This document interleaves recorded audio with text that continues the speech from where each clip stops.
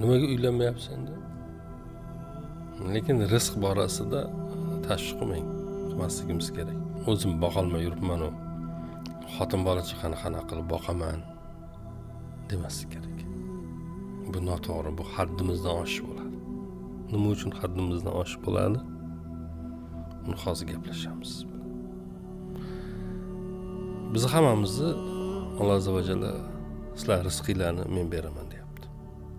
Ya'ni Alloh rizqni ustiga olyapti. Ya'ni rizq Allohga oiddir deyapti. Rizqingiz mendandir, ammo jannatga bo'lgan harakatlaringizni o'z qilib qoling deyapti. To'g'rimi? Bir odam aytgan ekanda, qaniydi degan, koshki edi Alloh aytsaydi, jannat meni vazifam sizlarni jannatga kirgizish, lekin bu dunyodagi rizqni o'zingizlar topinglar desaydi. Deganda odamlar nega unaqa deyapsiz deb so'raganda, o'ylab ko'rmaysizlarmi? Bu dunyoda rizqimizni qidirardik. Topsak topardik. Topmasak o'lardik. O'lsak jannatga tushardik.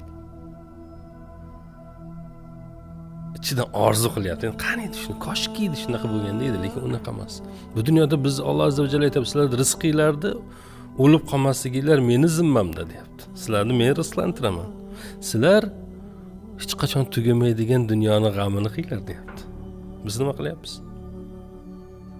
Tamoman teskarisini qilyapmiz.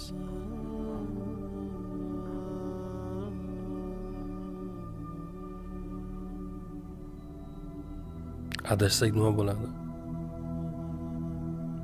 Azobga giriftor bo'lamiz. O'shaning uchun aytayapti, koshki deyapti, shuni teskarisi bo'lsa edi. Koshki teskarisi bo'lsa edi deyapti, lekin unday emas. Mana biz ota-onalar aytadi, yemay, ichmay bola chaqamni yedirdim, kiymadim, kiydirdim, bo'lmagan gap. Biz bola chaqamizni ham Alloh rizqlantiradi. Biz o'zimizni rizqimizdan kesib ularga bermaymiz.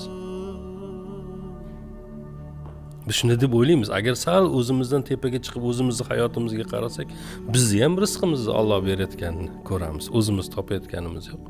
Biz faqat harakatlarini qilyapmiz, sabablarini qilyapmiz. Alloh beryapti. Bizni ham rizqimizni, bolamizni rizq, har bir tirik jonda rizqini. Alloh aytayaptiki, seni ham rizqingni men beraman.